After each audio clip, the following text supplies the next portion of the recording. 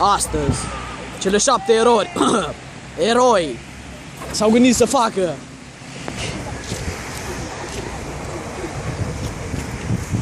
parcursul Ceaua 5!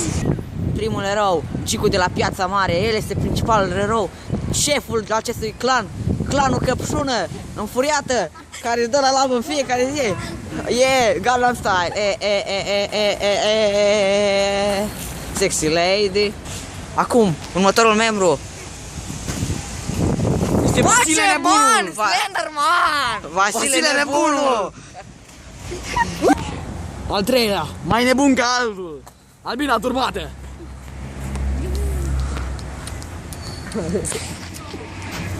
Ăla mai mic dintre toți, Băcuța Nebună.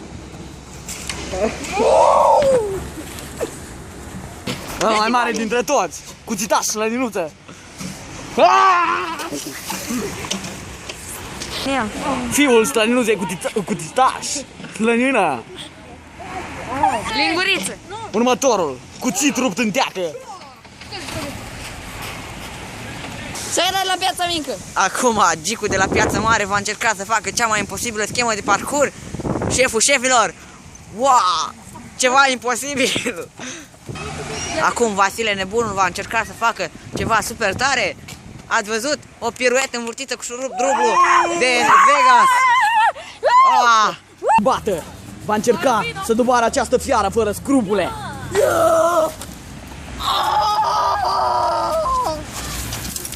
Dar se pare că n-a reușit. Acum Băcuța Turbată va încerca ceva imposibil. Săritura mortală. Este imposibil, dragilor, a reușit. Acum Cuțitaș Slăninuță va încerca ceva care nimeni nu știe cum se cheamă. Bravo, a reușit.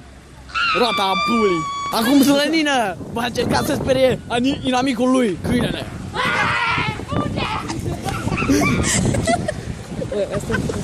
Dar nu reușit. Inamicul lui este nemișcabil. Dar cred că Gicu de la Piața Mare va reuși. Acum, cel dintre toți, șeful, bossul, mafiotul, cum ar fi, încearcă să sperie câinele, a reușit, bossul reușește! Cuțit rupt în teacă va încerca King-ul. Dar n-a reușit. O luptătoare vrea să ne bată. Da, o luptătoare tupată vrea să ne bată. Cu maidanezul ei. Arătarea. Vrea să ne omoare. Vrea să ne taie. Mă sugeți! Dar lumea este împotrivă acestor 7 eroi, dar ei fug cu nemiluita